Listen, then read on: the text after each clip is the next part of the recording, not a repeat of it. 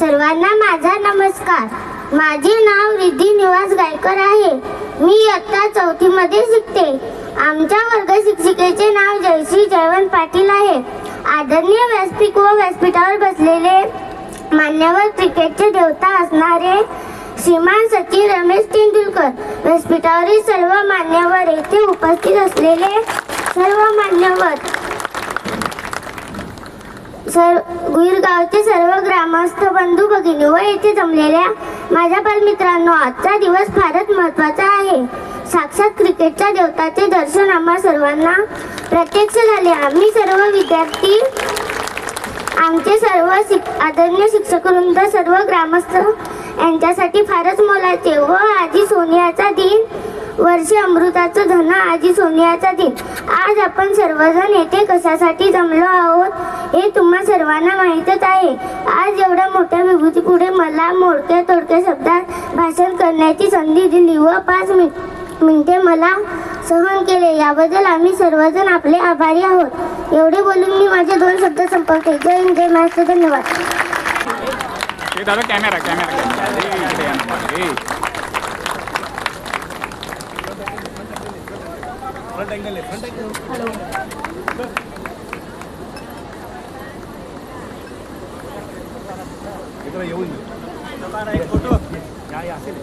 त्या छोट्या मुलीचं नाव रिद्धी आहे.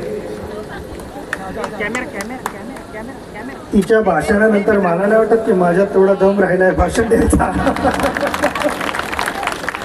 एवढा उत्तम भाषण दिलंय तिने ह्या वयात. मी एनिवे सुरू करतो थोडं बोलायला. एकच नाही, हे जरा मला जास्त कम्फर्टेबल वाटतं. केलं तर थोडं मला नाही वाटत मी तिच्यासारखं बोलू शकेन. तिच्या खांद्यावर हात ठेवलं, थोडी तिची एनर्जी मला येईल, जशी स्नायडर इलेक्ट्रिकची एनर्जी तुम्हाला मिळते तशी.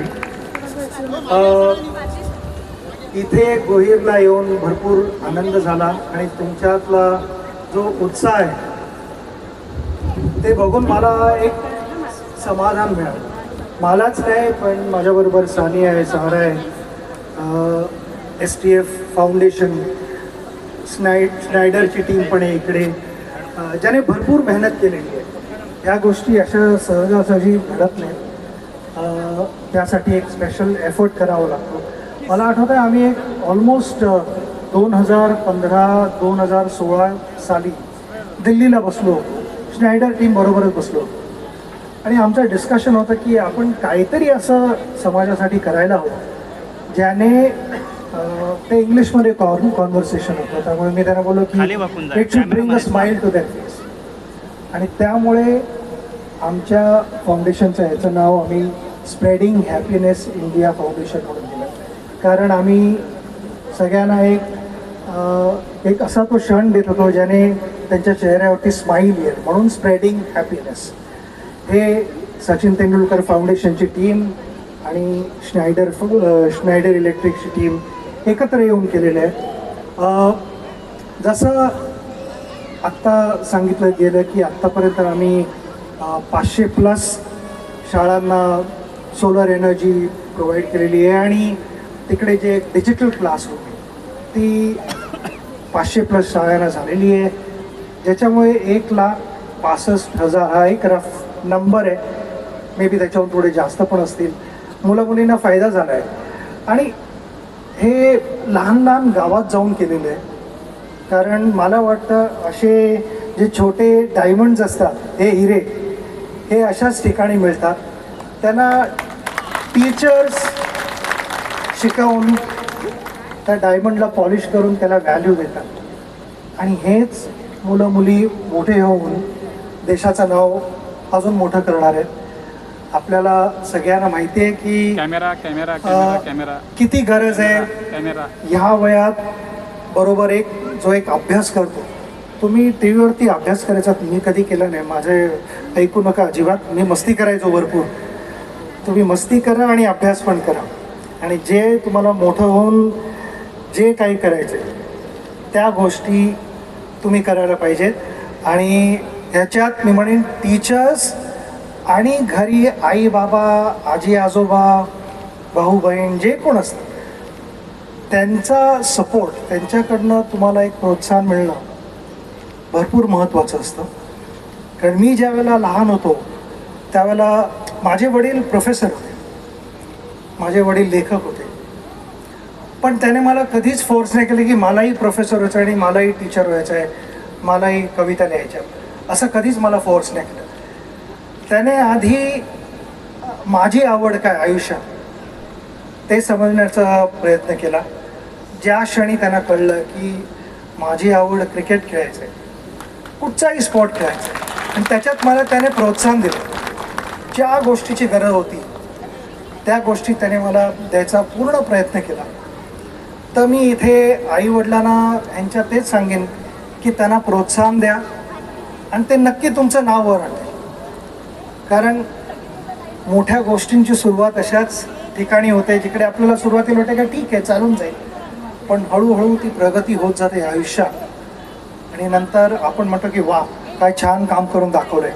आणि मला पूर्ण खात्री आहे की ह्या गावात नाही आपल्या नुसतं मुंबई महाराष्ट्राचंच नाव नाही पण आपल्या देशाचं नाव जगभर जाईल ही मी प्रार्थना करतो. कारण ह्या गोष्टी ज्या आत्ता आमच्या फाउंडेशनने आमच्या टीमने एकत्र येऊन केल्यात, बायफकडनं पण जो सपोर्ट मिळालेला आहे आणि जो गायडन्स मिळालेला आहे, आय थिंक आम्ही असं क्रिकेटच्या भाषेमध्ये म्हणू शकतो की आम्ही पहिली इनिंग खेळून झालेली आहे. आता दुसरी इनिंग खेळायची तर ती तुम्ही खेळायचे. या गोष्टी आहेत, पण ह्या गोष्टीचा नीट वापर करणं, त्याला जपणं, त्याची पण व्हॅल्यू करणं हे तुमच्या हातात आहे. मला हे सरपंचांकडनं ऐकून फार आनंद झाला की सगळे एकत्र मिळून काम करत आहेत. इथे भांडाभांडी असायला नाही पाहिजे. ही एक टीम आहे. आपण आपली मतं कधी कधी वेगळी असू शकतात, पण आपण म्हणतो की आपलं जे एक डेस्टिनेशन असतं, एक गोल असतो, तो एक असायला पाहिजे. जसं आमच्या इंडियन क्रिकेट टीममध्ये पण आम्ही भारताच्या वेगवेगळ्या भागातून येतो, मतं वेगवेगळी असतात, पण आमचा गोल एक असतो की मॅच जिंकायचे. तर सगळ्यांना तिकडे पोचायचं असतं. वेगवेगळा रस्ता घेऊन आम्ही तिकडे जातो. काही बॅट्समन असतात जे जास्त अटॅकिंग खेळतात, काही बॅट्समन डिफेन्सिव्ह खेळतात, काही बॉलर असतात ते अटॅकिंग बॉलिंग टाकतात, पण शेवटी सगळे एकत्र येऊन मॅच जिंकायचा प्रयत्न करतात. तर ह्या गावातही मी तेच म्हणेन की तुम्ही सगळे एकत्र या. मी आत्ता जे तुमच्यात जी एक युनिटी बघितली आहे ही अशीच राहून दे. आणि देवाकडे माझी प्रार्थना आहे की तुमच्यावरती त्याचा आशीर्वाद असो आणि ह्या गावाला ज्या गोष्टीची गरज आहे ती आम्ही नक्की तुम्हाला पुरवण्याचा प्रयत्न करू. आत्ता माहिती आहे की एक छोट्या छोट्या आम्ही स्टेप्स घेतलेले आहेत, पण अजून बऱ्याच मोठ्या गोष्टी व्हायच्यात. हे 12वं विलेज आहे जे आम्ही असं अडॉप्ट केलेलं आहे. आम्ही खुश आहोत पण सॅटिस्फाईड नाही आहोत. आम्ही जसं ड्रेसिंग रूममध्ये म्हणतो की किती स्कोअर झाला तरी आम्ही म्हणतो की डबल करूया, अजून जास्त करूया, अजून जास्त करूया.